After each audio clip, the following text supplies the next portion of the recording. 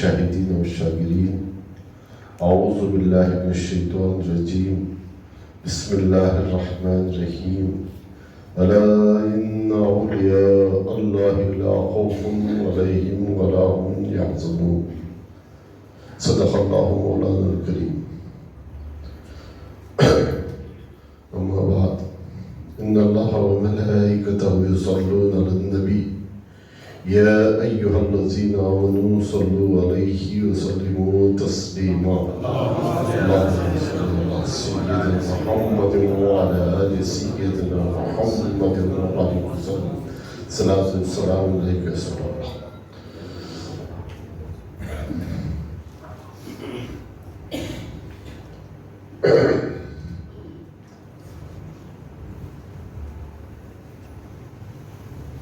قبلہ واجب الاحترام سجاد نشین محمد مہوی صدیق المعروف مکی شاہ چشتی القادری نظامی سہاوردی،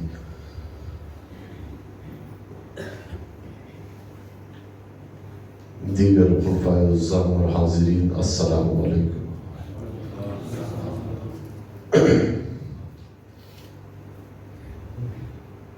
میں نے قرآن شریف کی ایک معروف آیہ مبارکہ کی تلاوت آپ کے سامنے کی، جس کا ترجمہ اس طرح ہے: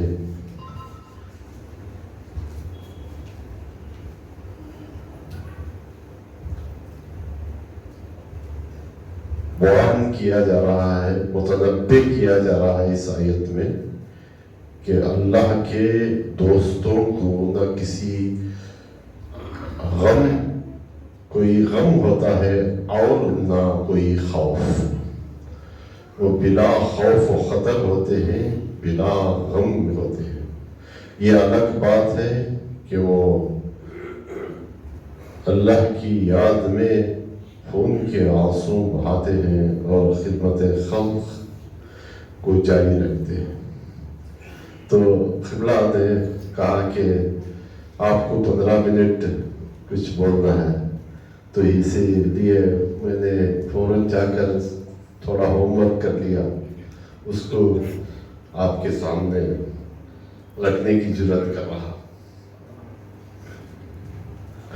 چونکہ یہ عارفانہ محفل ہے،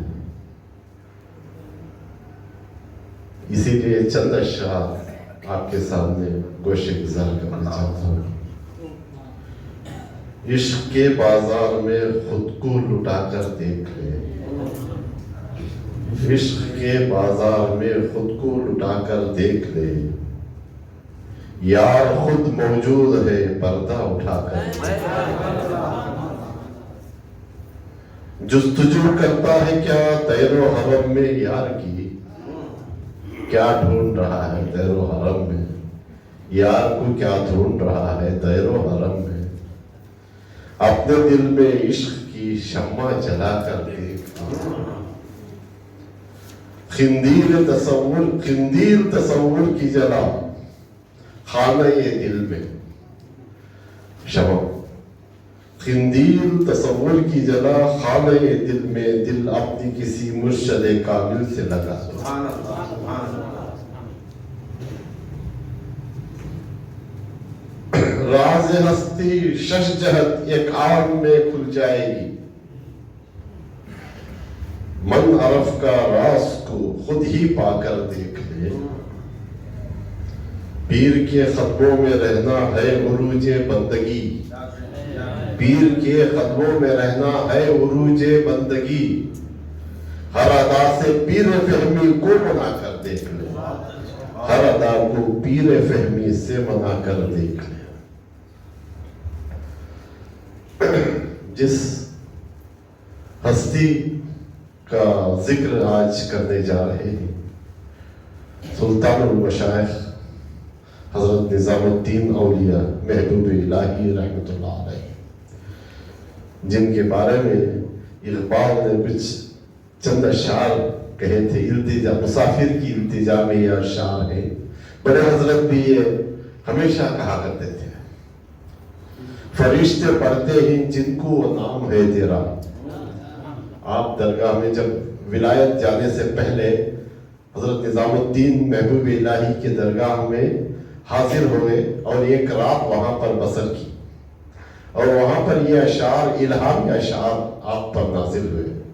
وہ یہ ہے فرشتے پڑھتے ہیں جس کو وہ نام ہے تیرا, بڑی جناب ہے تیری, فیض عام ہے تیرا, ستارے عشق کی تیری کشش سے قائم, ستارے عشق کے تیری کشش سے قائم, نظام مہر کی صورت میں نظام ہے تیرا. تیری لحد کی زیارت, کیا شعر ہے ذرا یہ دیکھیے, تیری لحد کی زیارت ہے زندگی دل کی, تیری لحد کی زیارت ہے زندگی دل کی, مسیح و خضر سے بھی اونچا مقام ہے تیرا. حضور صلی اللہ علیہ وسلم کی حدیث ہے کہ میرے علماء بنی اسرائیل کے پیغمبروں کے برابر ہوتے ہیں. نہاں ہے تیری محبت میں رنگ محبوبی, بڑی ہے شان بڑا یہ احترام ہے تیرا. حضرت نظام الدین اولیاء اللہ کی پیدائش 635 مطابق 1238 بدایون میں پیدا ہوئے اور وصال 1325 مطابق 725 سن ہجری میں آپ کا وصال ہوا, جو 87 سال کی عمر پائے. 87 سال کی عمر پا کر آپ دنیا سے فارغ پردہ فرمایا. سلطان المشائخ شیخ نظام الدین بن محمد خسرہ بن احمد بن علی بدایونی بخاری رحمۃ اللہ علیہ محبوب خدا اور سر حلف اولیاء و اہل صفات ہے. انبیاء علیہم کے بعد اصحاب طریقت میں سے کسی بزرگ سے اس قدر تصرفات ظاہری و باطنی سرزد نہیں ہوئے جتنے آپ سے ہوئے. آپ کے اقوال و افعال تمام مشائخ کے لیے حجت خاطے ہیں. سب آپ کی طرف دیکھتے ہیں, قیامت تک دیکھتے رہیں گے. آپ حضرت بابا فرید گنج شکر کے بزرگ ترین مرید و خلیفہ تھے. سیر الاولیاء کے مصنف میر سید محمد کرمانی کہتے ہیں جب سلطان المشائخ کی ولایت کے جمال کا خیال میرے دل میں آیا ہے تو متحیر و مدہوش ہو جاتا ہوں, کیونکہ اس عظیم الوصال ذات کے اوصاف کو دائرے تحریر سے لانا باہر ہے. میں ان کی اوصاف کو بیان کرنے سے قاصر ہوں. گرچہ آپ حضرت گنج شکر کے اواخر میں آنے والے مریدوں میں سے تھے, آخر میں آپ مرید ہوئے. ان سے پہلے بہت سے مرید تھے, بہت سے خلیفہ تھے, لیکن حق تعالیٰ کا عشق و محبت دل میں اس قدر موجود تھا, آپ قدیم اصحاب اور مشائخ کبار پر سبقت لے گئے.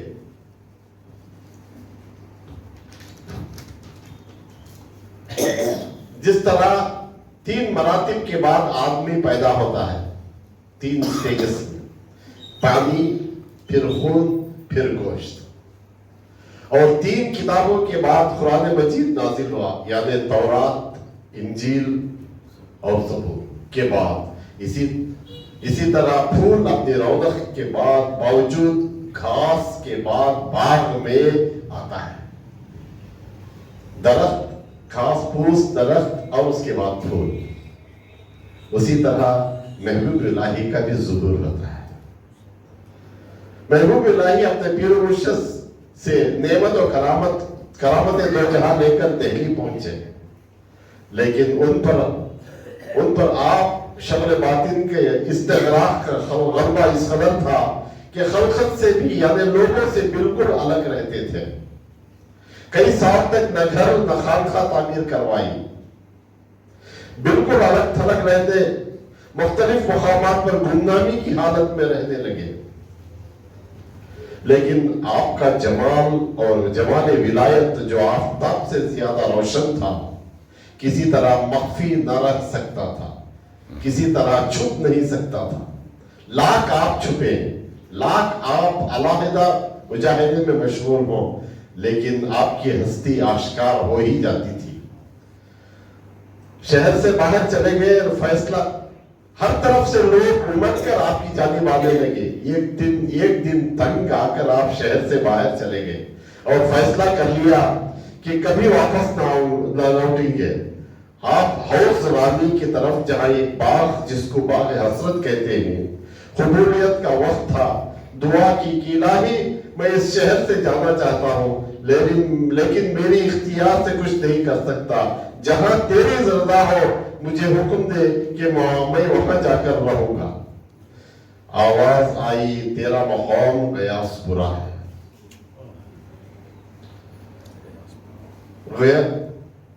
غیاث پورہ کبھی نہیں گئے تھے اور یہ بھی معلوم نہیں تھا کہ غیاث پورہ ہے کہاں۔ آپ اپنے دوست کے ہاں گئے جن کا نام نقیب نیشا پوری تھا۔ لوگوں نے بتایا کہ وہ غیاث پور گئے ہیں،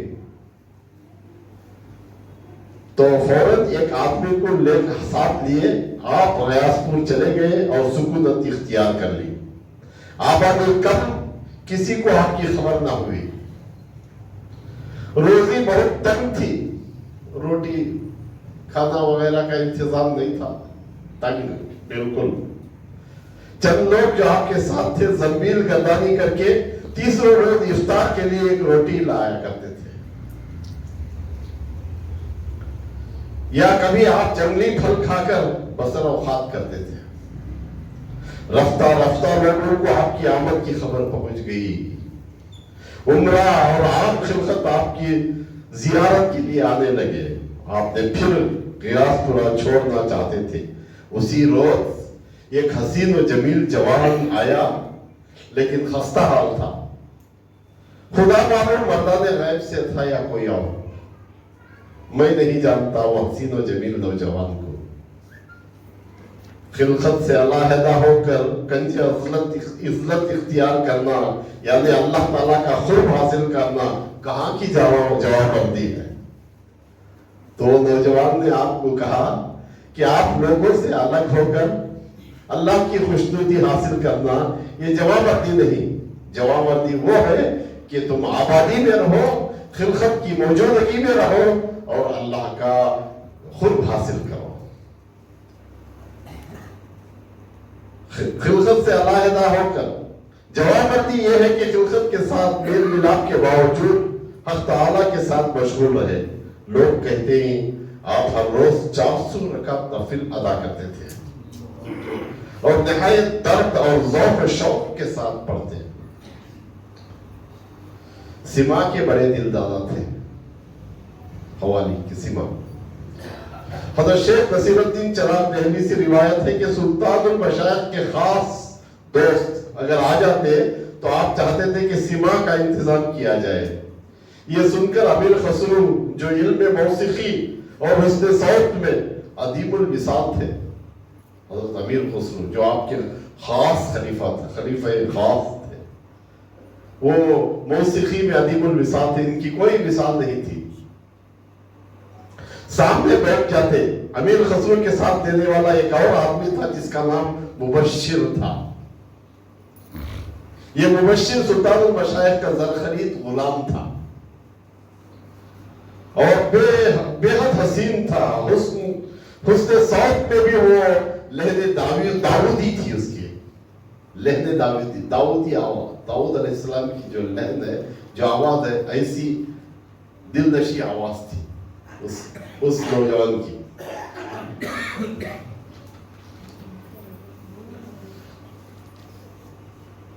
بس حضرات امیر خسرو جب غزل شروع کرتے، جس شعر پر سلطان المشائخ سر ہلاتے، امیر حسن مبشر اچھی طرح وجد آمیز آواز میں گانا شروع کر دیتے تھے۔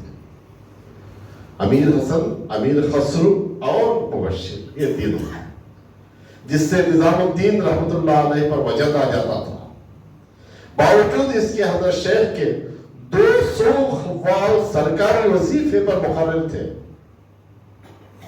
اس وقت کے حاکم حکمران کے دور میں. وہ ایسے باکمال قوال تھے کہ اڑتے ہوئے پرندے کو نیچے اتار سکتے تھے اپنی آواز سے. ایسے قوال تھے. لیکن ان تینوں حضرات امیر خسرو، امیر حسن اور مبشر کا مقابلہ کر نہیں سکتے تھے. شیخ رکن الدین فردوسی جو مشائخیت پر حضرت کے ساتھ دشمنی رکھتا تھا، وہ بھی آپ ہی کے مکان کے قریب ایک مکان بنا لیا اور خانقاہ سے سما کا دور شروع کیا. تو اس کو بیر تھا، سلطان المشائخ سے بیر تھا، محبوب الہی سے بیر تھا. ایک وقت جماعت خانے میں آپ بعد نماز عشاء ذکر میں مشغول تھے. چند نوجوان، جہاں پر آپ کا مکان تھا وہاں دریائے جمنا بہتی تھی. چند نوجوان ایک کشتی میں سوار ہو کر زوردار آواز میں سما کے اشعار کو گنگنا رہے تھے. تو آپ کے مجاہدے میں، آپ کے ذکر میں خلل پڑا. وہ جب گزرے اپنے مکان کے سامنے سے، تو جب آپ کے ذکر میں خلل پڑا تو آپ طیش میں آ گئے. میں نے اپنی ساری زندگی فنا کر کے سما کی مزے کو جان چکا ہوں. یہ آج کل کے نوجوان جن کو سما کے حروف تہجی سے بھی واقف نہیں، یہ بے رنگے طریقے سے میرے گھر کے سامنے تسلیم کے طور پر گاتے ہوئے گزر رہے ہیں. تو آپ حضرت سلطان المشائخ نے، محبوب الہی نے اپنی انگلی سے اس طرح اشارہ کیا اور وہ نوجوان ماں کشتی کے پورے دریا میں ڈوب گئے. تو اس طرح تھا. تو ایسی سما سے محبت تھی اور آپ خلق خدا کی خدمت بے انتہا کی. کیونکہ آج بھی آپ اگر آپ جائیں تو وہاں پر وہاں کے دربار کو دیکھیں تو دل سے یہ صدا نکلتی ہے کہ یہ اولیاء اللہ صرف اپنی عبادت، اپنی مجاہدے کے لیے نہیں تھے، بلکہ خدمت خلق کے لیے دنیا میں بھیجے گئے تھے تاکہ خلقت کو صراط مستقیم پر مرغوب کر سکے. وآخر دعوانا الحمد للہ. ونصلي على رسوله الكريم. اما بعد فاعوذ باللہ من الشیطان الرجیم. بسم اللہ الرحمن الرحیم. ذکر الصالحین ذکر اللہ. صدق اللہ المولانا العظیم وصدق رسولہ النبی الامین المتین الکریم ونحن علی ذلک لمن الشاہدین والشاکرین والحمد للہ رب العالمین. آفتاب ولایت ہے اجمیر میں، آفتاب ولایت ہے اجمیر میں، ذو فشاں جس کی کرنیں دلی میں ہیں، ذو فشاں جس کی کرنیں دلی میں ہیں. معرفت کا سمندر اگر ہے وہاں، معرفت کا سمندر اگر ہے وہاں، معجزن اس کی لہریں دلی میں ہیں، معجزن اس کی لہریں دلی میں ہیں. میرے محبوب الہی کے فیضان کا، میرے محبوب الہی کے فیضان کا جس طرف دیکھیے فیض ہی فیض ہے. بس سلامت رہے آستانہ تیرا، جس کے دم سے بہاریں دلی میں ہیں، جس کے دم سے بہاریں دلی میں ہیں. سلسلہ میرے محبوب الہی کا دیکھیے، بابا فرید سے وہ خواجہ تک پہنچتا ہے. چشتی کا یہ چشتی نظامی کا سنگم یہاں. اب تو ساری عطائیں دلی میں ہیں، اب تو ساری عطائیں دلی میں ہیں. جو کرم و نوازش میں مشہور ہے، جو کرم و نوازش میں مشہور ہے، بالیقین میرے محبوب کا دربار ہے، بالیقین میرے محبوب الہی کا دربار ہے. فیض ہر لمحہ جاری ہے در سے تیرے، ایسی پیاری ادائیں دلی میں ہیں. ایسی پیاری ادائیں دلی میں ہیں. کتنا پرکیف منظر ہے چھایا ہوا, کتنا پرکیف منظر ہے چھایا ہوا, جس طرف دیکھیے نور ہی نور ہے, جس طرف دیکھیے نور ہی نور ہے. ایسا معلوم ہو رہا ہے ہمیں جیسے طیبہ کی لہریں دلی میں ہیں, جیسے طیبہ کی لہریں دلی میں ہیں. گلشن فاطمہ کا جو مہکا ہے گل, گلشن فاطمہ کا جو مہکا ہے گل, اس پہ نازاں ہے عقل و خرد کل کی کل, اس پہ نازاں ہے عقل و خرد کل کی کل. جس کو یہ گل ملا اس کو کل مل گیا, جس کو یہ گل ملا اس کو کل مل گیا. معرفت کی یہ موجیں دلی میں ہیں, معرفت کی یہ موجیں دلی میں ہیں. تیرا مہوی بھی کتنا مغموم ہے, تیرا مہوی بھی کتنا مغموم ہے, تیری چوکھٹ پہ رہ کر بھی محروم ہے. حسرتوں کے دیے بجھ نہ جائیں کہیں, حسرتوں کے دیے بجھ نہ جائیں کہیں, اس کی بھی آرزوئیں دلی میں ہیں, اس کی بھی آرزوئیں دلی میں ہیں. سرکار دو عالم صلی اللہ علیہ وسلم سے منسوب چند اشعار تحت میں سنا دیتا ہوں. میرے سرکار کا دیکھو تو سراپا کیا ہے, میرے سرکار کا دیکھو تو سراپا کیا ہے, نور ہی نور فقط نور ہے کہنا کیا ہے, نور ہی نور فقط نور ہے کہنا کیا ہے. خبر سے حشر تلک کا اسے کھٹکا کیا ہے, خبر سے حشر تلک کا اسے کھٹکا کیا ہے. یا نبی تم ہو مددگار تو پرواہ کیا ہے, یا نبی تم ہو مددگار تو پرواہ کیا ہے. جن کی تعریف میں قرآن کے پارے اترے, جن کی تعریف میں قرآن کے پارے اترے, ان کی خدمت میں میری نعت کا تحفہ کیا ہے, ان کی خدمت میں میری نعت کا تحفہ کیا ہے. موت سے پہلے میری آپ دکھا دو جلوہ, موت سے پہلے میری آپ دکھا دو جلوہ. آخری وقت آنکھوں کا بھروسہ کیا ہے, آخری سانس میں آنکھوں کا بھروسہ کیا ہے. نور سے نور کی تخلیق ہوئی ہے جب سے, نور سے نور کی تخلیق ہوئی ہے جب سے, ان کی صورت کے سوا آنکھ کو ججتا کیا ہے, ان کی صورت کے سوا آنکھ کو ججتا کیا ہے. سرمگی آنکھ سیاہ زلف اور کالی کملی, سرمگی آنکھ سیاہ زلف اور کالی کملی. کوئی سمجھائے مجھے سیاہ نور کا رتبہ کیا ہے, کوئی سمجھائے مجھے سیاہ نور کا رتبہ کیا ہے. جان و تن مال فدا آپ پہ ہے ایمان صدقے, جان و تن مال فدا ایمان ہے آپ پہ صدقے. یہ عطیات تمہارے ہیں ہمارا کیا ہے, یہ عطیات تمہارے ہیں ہمارا کیا ہے. ان کے چہرے کا اتارا ہوا حسن یوسف, ان کے چہرے کا اتارا ہوا حسن یوسف. تو نے سرکار کے انوار کو دیکھا کیا ہے, تو نے سرکار کے انوار کو دیکھا کیا ہے. عرش کے پار آپ گئے تو آئی آواز, عرش کے پار آپ گئے تو آئی آواز.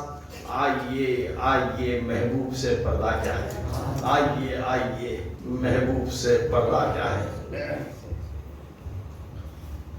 آج کی جیسے کہ حضرت والا نے کہا یہ عارفوں کی محفل ہے, یہ عارفوں کی محفل ہے.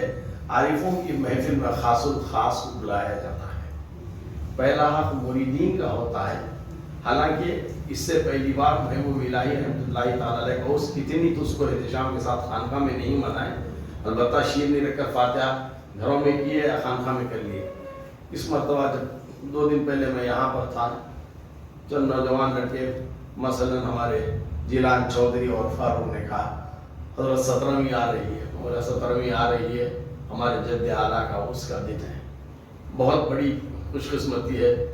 اب جب نوازشیں میں رامپور سے لے کر لوٹا ہوں تو سلسلے نظامیہ کا وہاں عروج اور بول بالا ہے, تو ہماری غیرت گوارا نہیں کرتی کہ اتنی بڑی محفل کو, اتنی بڑی بابرکت کی ذات کو ہم ایسے ہی کھو دیں. تو لہٰذا میں نے اسی وقت تہیہ کر لیا, کوئی فکر مت کرو, 25 کھیلے تھیلا اٹھا لو چاول کا, کیا بناتے بنا دو الحمدللہ. اسی طرح تقریب کے لیے آج میں اور آپ یہاں جمع ہوئے ہیں. محبوب الہی سب جانتے ہیں,